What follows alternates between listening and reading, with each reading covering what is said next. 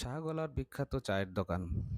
আমরা আত্রাই থেকে রওনা দিয়েছি, শাহগোলা স্টেশনে যাব এবং সেখানে সুন্দর চা উপভোগ করব। তো গ্রাম্য সুন্দর মেঠো পথ ধরে আমরা এগিয়ে যাচ্ছি এবং চারিদিকে সবুজের সমারোহ, সুন্দর গাছপালা এবং মাঠের মাঝখান দিয়ে সুন্দর রাস্তা, এগুলো দেখতে দেখতে এবং উপভোগ করতে করতে আমরা যাইতেছি শাহগোলা স্টেশনের দিকে। পশ্চিম আকাশে সূর্য প্রায় ঢলে পড়ছে। আমরা এখন সাহেবগঞ্জ বাজার অতিক্রম করতেছি। এখান থেকে আমরা এখন আত্রাইয়ের অনেক পুরাতন স্টেশন আহসানগঞ্জ স্টেশন, এই যে ব্রিজটা দেখতেছেন, এটা ব্রিটিশদের সময় করা, অনেক সুন্দর। আর একদিন আপনাদের এই ব্রিজটা দেখাবো। তারপরে নতুন যে রাস্তাটি হয়েছে সান্তাহার থেকে নাটোর, মাঠের মাঝখান দিয়ে এই সুন্দর রাস্তা বেয়ে আমরা শাহগোলা চায়ের দোকানে চা খাওয়ার উদ্দেশ্যে যাইতেছি। দেখেন পশ্চিম আকাশে কি সুন্দর সূর্য ঢলে পড়ছে। এখানেই সেই চায়ের দোকান।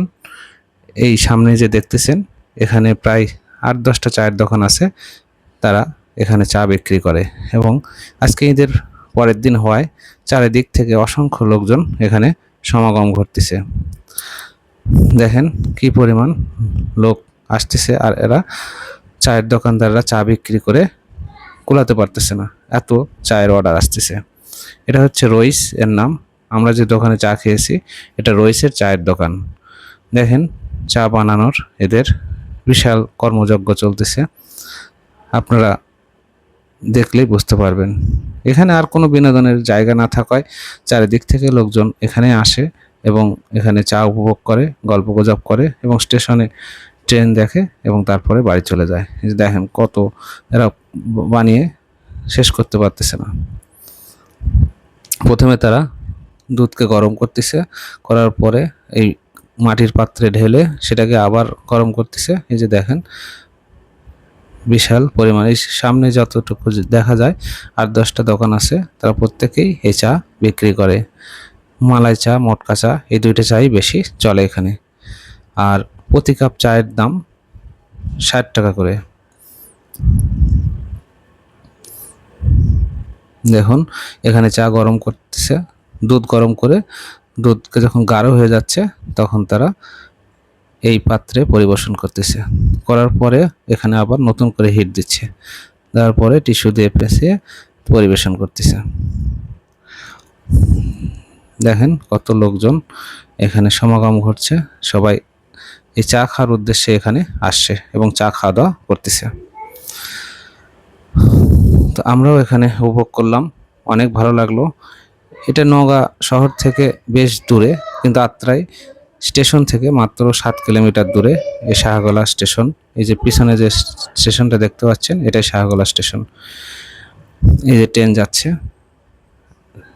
কিন্তু সব ট্রেন এখানে দাঁড়ায় না, যেগুলো ইন্টারসিটি সেগুলো দাঁড়ায় না, কিন্তু লোকাল ট্রেন যেগুলো সেগুলো এখানে প্রত্যেকটাই দাঁড়ায়। তো তারপরেও মাত্র 2টা ট্রেন সারাদিনে এখানে দাঁড়ায়। লোকাল যারা লোক আছে তাদের কাছে জিজ্ঞাসা করলাম, দেখেন কত লোকজন, অন্য কোনো কারণ নাই, শুধু এই চা খাওয়ার জন্য এখানে লোকজনের সমাগম হয়। বিভিন্ন জায়গা থেকে মোটরসাইকেল নিয়ে এবং চার্জার যে গাড়িগুলো আছে সেগুলো গাড়ি নিয়ে এখানে উপস্থিত হয় এবং তারা ছবি তুলে, সেলফি তুলে এবং বাচ্চাদের নিয়ে একটু খেলাধুলা করে। এখানে একটু মেলার মতো বসছে, যেখানে বাচ্চাদের জন্য কিছু খেলনা টেলনা পাওয়া যায়, সেগুলা কেনাকাটা করে, আনন্দ করে এবং তারপরে তারা যার যার ঘরে ফিরে যায়। তো আপনারা যারা এই চা উপভোগ করতে চান তারা অবশ্যই আসবেন। আত্রাই স্টেশন থেকে মাত্র 7 কিলোমিটার নওগাঁর দিকে যাইতে হবে, অর্থাৎ সান্তাহারের দিকে গেলেই শাহগোলা স্টেশন এবং তার পাশে এই চায়ের দোকানগুলো, এবং সবসময় এখানে ভিড় লেগেই থাকে। আপনারা যখন আসবেন তখন দেখবেন সবসময় ভিড় লেগেই আছে। এটা দেখে আপনারা বুঝতে পারবেন যে এখানেই সেই দোকান। আর তাছাড়াও লোকাল লোকজনকে জিজ্ঞাসা করলেও তারাও আপনাদেরকে বলে দিবে যে এটা কোন জায়গায়। তো আমরা চা উপভোগ করলাম, আনন্দ করলাম, ভালো লাগলো। এখন আমরা আবার নওগাঁর দিকে ব্যাক করতেছি। তো ভিডিওটা যদি আপনাদের ভালো লাগে থাকে তাহলে অবশ্যই লাইক কমেন্ট এবং শেয়ার করবেন এবং বেশি বেশি সাবস্ক্রাইব করবেন।